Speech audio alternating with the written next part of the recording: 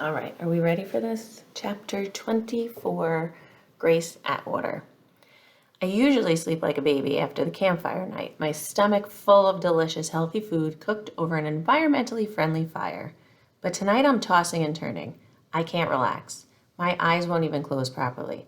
I'm staring into the darkness, seeing nothing and everything. It's Jet, of course. Everything lousy about this summer comes straight from him. But when I picture him, the image that comes up isn't the smug, smart-alecky face that's been exasperating me for the past 3 weeks. It's the Jet I saw a couple of hours ago, upset, anxious, haunted. He was definitely being honest, at least as he saw it. That's the scariest part.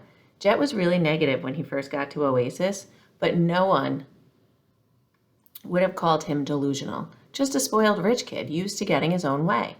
The Jet from the bonfire tonight was someone who wasn't making sense. Ivory a criminal? Besides, Magnus himself, no one at the Oasis is as well respected and loved. Ivory taught me everything I know about getting in touch with my inner self. Why I can't wait until I'm old enough for a real one-on-one meditation lesson. I sit up in bed frowning. Tyrell saw one of those sessions. He stopped short of agreeing with Jet, but he did insist there was something fishy about it. I can't really see why Ivory would use cheap gimmicks like a light-up pen in meditation, but she's the expert, not me. I'm sure she has her reasons. It doesn't make her a crook, and it definitely doesn't have anything to do with alligators. That's the wildest part of all. Ivory with a secret identity running an alligator farm that she pays for with money stolen from Oasis guests. It's beyond bizarre. That's why I'm not mad at Jet so much as worried about him. I mean, if there was one part of this that made even the slightest amount of sense, okay, it isn't much and it doesn't prove anything, but it does kind of explain needles. There's no lizard quite like him anywhere around here, and the way he would hover in the water just below the surface, watching and waiting, his meat diet, what he did to that mouse, he's a baby alligator. I can't believe we never saw it before. And where there are babies, don't there have to be parents? But there can't be parents. There are no alligators around the Oasis, which means they would have to be brought here, like you would do if you were stocking an alligator farm. The thought of innocent animals kept in cruel captivity and sold for their leather and meat is upsetting that I have to get up and pace around my room. The next thing I know, I'm getting dressed and easing myself out the door of our cottage. I don't believe for a second that Ivory would be involved in something so awful, but I have to get to the bottom of this. I have to talk to Jet. It's after midnight and the Oasis is deserted. At Cottage 29, I go straight to Jet's window and tap gently on the glass. I want to wake him, but not Matt in the other room. We're going to have this out once and for all. That's when I notice the curtains are open. The light from the path casts enough glow that I can see into the cottage. The bed is neatly made and obviously hasn't been slept in. There's no sign of Jet. His words flash back to me. If you won't help me do the right thing, I'll do it myself. Oh no. What would someone in his half-loopy state of mind consider to be the right thing? I spot something else. A large box has been pulled halfway out from under the bed. The logo on the side reads www.lightupthenight.com. The fireworks. Jet showed them to Tyrell and me back in the day of the Dance Dance Revolution machine. I assumed that when all the other stuff got sent back, the cartons of fireworks went back with it. That's the thing. Cartons. Plural. Jet had 2 boxes then. I scanned the darkened room. One of them is gone. It's like a jolt of electricity through me. Jet is out there somewhere with the missing carton, planning to blow something up because he believes it's the right thing. But what? The mansion, probably, in the mistaken belief that it was something to do with Ivory, master criminal. Not that even a whole truckload of fireworks could do much to a house that size. Chances are what Jet's really going to succeed in is blowing himself up. For an instant, I get so overwhelmed that I spin around in a circle as if I'm trying to run in all directions at the same time. One thing is definite. I can't face this alone. Tyrell is Jet's closest friend at the Oasis. Maybe he'll know what to do. Tyrell is a light sleeper since he wakes up a lot to scratch, so I'm only tapping at his window for a few minutes before the front door of the cottage opens and he comes out to join me, rubbing his eyes. What time is it? 20 after 12. Keeping my voice low, I update him on the absence of Jet and the box of fireworks. He wakes up in a hurry. You don't think he's nutty enough to try and burn down the house, do you? I don't know what to think, except that he's going to do something stupid and we should stop him if we can. Tyrell's amazed. You mean go to Hedge Apple? Now? In the boat? I think, I insist. If Jet took those fireworks to Hedge Apple, then he's got the boat. But with no boat, Tyrell reasons, how can we get ourselves to Hedge Apple? I have no answer for that until a bright light cuts the night from a direction of the main road. One of the golf carts pulls up to the welcome center. The buddy at the controls, Michael, who does odd maintenance jobs as well as nighttime security, parks the cart and heads off to his own cottage. We duck behind a hedge as he passes. That's our transportation, I decide. Tyrell is skeptical. Those things don't go very fast. They go faster than we walk, I assure him, dragging him towards the cart. It's something Jet might have said, and I feel a stab of horror. Actually, this whole mission sounds more like Jet than Tyrell or me. For sure it's not very whole, but we've got no choice. Jet could be headed for big trouble right now. We can blame him later. First, we have to try and rescue his sorry butt. Staying in the shadows in case someone happens to glance out a window, we sneak over to the electric golf cart and unplug it from its outlet. Luckily, it's a push-button start, no key. We decide Tyrell should drive since he has longer legs and can reach the pedals more easily. He pauses with his finger over the button. What if we don't have enough power to get there and back? We'll worry about that if it happens, I tell him. Just drive. Seriously, I barely recognize the words coming out of my own mouth. This is not the Grace Atwater I've been for 12 years up until tonight. Follower of rules, asker of permission, recipient of awards for good behavior and perfect attendance. Thanks a lot, Jet. When I rescue you, my first act will be to punch you in the face, which is also nothing like me. Tyrell starts the cart, and I'd love to be able to say that we roar off in the direction of Hedge Apple. What really happens is a wide turn into the northbound lane, moving so slowly that ants are probably passing us. You can go a little faster, I prompt. I get itchy when I'm nervous, and he actually stops to scratch. That's it, shove over. We switch seats, and I take over the wheel. It's a bit of a stretch to the pedal, but at least now we're making some progress. I picture myself riding on the back of Dad's motorcycle, grooving on the acceleration while the wind whips through my hair. This is not exactly that. As a car approaches us from behind, which is pretty terrifying, I move over to the shoulder to let it pass, and at one point we're half tipped over into the ditch. We survive it, though, and I get the cart up to top velocity, which is still a joke. After another 10 minutes, a road looms up on our left. There's no sign, but it feels like we've covered the same distance as our boat trips to Hedge Apple. I take the turn a little too sharply, and we almost tip over again, but we manage to right ourselves and keep on going. Is this the way? Tyrell shrills. How do we know this is the way? Eventually that question answers itself. There's Hedge Apple, dark and deserted, dead ahead. We pass through the small strip of downtown until our headlamp illuminates the dock. A few boats are tied up there, bobbing gently in the river. The launch is not one of them. The boat's not here. That means Jet isn't either. I don't freak out, but inside I'm just as agitated. But I'm agitated as my passenger. We're pretty big idiots if we came riding to the rescue of someone who doesn't need rescuing and might not even be here. Well, he's definitely not at the Oasis, I reason. But where's the boat? He must have docked someplace else, I conclude. Or maybe he found another way to go. How? I don't know, I shoot back. This is a guy who got Dance Dance Revolution machine shipped to nowhere. There's probably nothing he can't do. I've never seen the mansion at night before. All the outside lights are on, so big the house looms like a distant castle overlooking Hedge Apple and the river.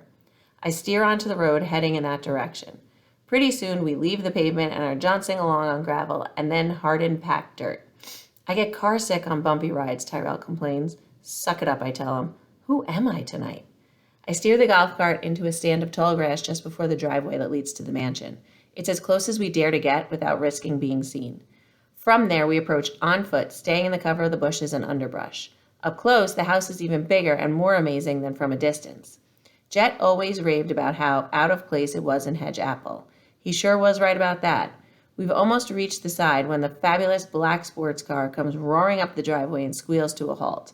The door is flung wide and a towering figure unfolds itself from the driver's seat. Platinum blonde crew-cut hair, broad athletic shoulders. It's Ivory. Resplendent in a midnight blue evening gown. Clearly in a hurry, she rushes to the front door. I can't believe it, Tyrell hisses. Just right. Snapper is Ivory. Not necessarily. I struggle to make sense of this latest development.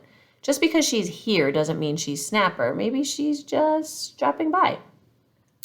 Yeah, right. To borrow a cup of sugar and a fancy designer dress, Tyrell snorts. Get real, Grace. Check out the car. Check out the clothes. That's not any meditation pathfinder. That's the person who owns this house.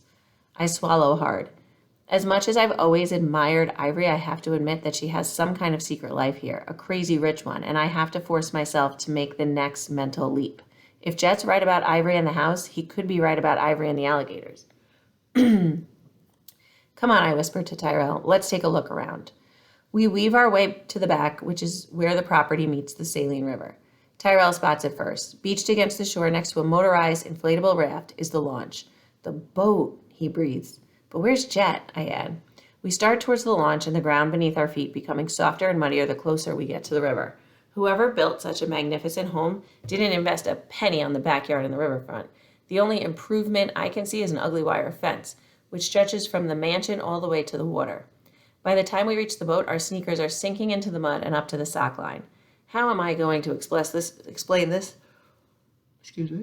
best to my mom? I have no idea. The launch is empty. No sign of Jet or his missing fireworks. Grace, Tyrell intones, look. I follow his finger. There's something attached to the fence, a large white package hanging from the wire mesh. Wet feet and all, we squish out towards it, tightrope, walking on a narrow spit of land outside the barrier, right at the river's edge. We're about 20 feet away when we identify the package. Miles of white tape have been wrapped around and rewrapped around a mass of skyrockets, Roman candles, and other fireworks, fastening them to a padlock gate in the middle of the fence. Tyrell takes a step back, and so do I. Jet's going to blow up the gate, Tyrell whispers in a strangled voice. I nod. That's definitely what the plan seems to be. The only question is, but Tyrell beats me to it. But why? I squint through the fence into the darkness behind the house. Hundreds of red, glowing eyes are peering back at me. Tyrell sees it at the same time and lets out a short gasp.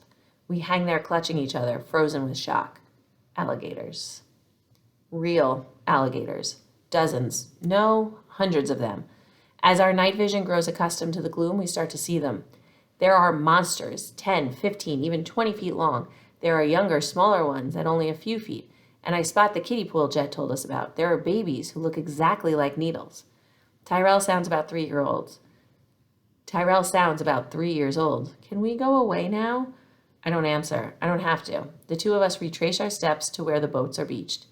This isn't far enough, he comments, his voice still shaking. Alpha Centauri isn't far enough, I agree, but they can't get at us through the fence. Fences have holes, you know, he says feelingly. How do you think needles got out? We don't have to worry about babies like needles, I try to soothe. Yeah, but that big guy with the lumpy nose is smiling like he's thinking about how I'm going to taste. We retreat a little faster, as if they're chasing us, which of course they're not. As an animal lover, I never blame any living creature for doing what it's nature. But there's something horrifying about coming face to jaws with an ancient reptile whose only thought is to eat you. Jet was telling the truth, Tyrell pants, struggling alongside me, and we didn't believe him. I'm sure my complexion is glowing in the dark red. If I wasn't so freaked out about so many other things, I'd be better able to focus on how ashamed I am. Not only was Jet right, but so far every single thing has turned out to be exactly the way he described it. Then he asked for our help, and we turned him away. One of my wet sneakers slips out from under me, and I go down, face first. Are you okay? Comes Tyrell's panicked voice. I'm lying on the ground staring at the black plastic object about an inch from my right eye. I pick it up and scramble to my feet. It's a small remote control with a single button. The only identifying mark is a company name, Flareworks. Tyrell frowns. What's Flareworks? It hits me. The company that made the fireworks. This must be the detonator. He's confused. You think Jet dropped it here? It seems like the only explanation, and when I consider how that might have happened, the possibilities chill me. I remember the stories of big scary guys hanging around the place. Employees of the mysterious snapper. Please don't let Jet be caught. Tyrell's shoulders rise up around his ears. You think he's in trouble? For the first time in my life, I'm furious at the Oasis for confiscating our technology. If anybody ever needed a phone, it's us right now. How can we call the police without one? Maybe we can get into the house, find a phone, and dial 911, I suggest. Tyrell isn't a fan of that idea. What if we get caught ourselves? Good point. I'll go in. If I don't come out in a few minutes, you take the golf cart. Or try and find help. From the look on his face, I get the feeling that this option is only slightly more appealing than feeding himself to the alligators. But I give him credit. When I approach the side of the mansion, he comes with me. We sneak up to a set of French doors and flatten ourselves against the wall. Slowly, I lean over the glass and risk a peek inside. The scene that unfolds before me shakes me to my core. Two large men flank a muddy and disheveled Jet, their hands clamped on his shoulders, imprisoning him in a chair. Ivory stands directly opposite him, moving a lighted pen back and forth in front of his terrified face. I already know how Ivory isn't the mentor and a wonderful person I already thought she was, but to see her like this, doing exactly what Tyrell told me she did to Mr. Carrigan, is a body blow. I pull back, and Tyrell leans over me to see what's happening. A gasp is torn from his throat. We've got to do something. We've got to stop it. I'm almost hysterical. I know, but how? We've got to create a distraction, he raves, something that will take their attention off Jet. What distraction? My eyes fall on the fireworks detonator in my hand.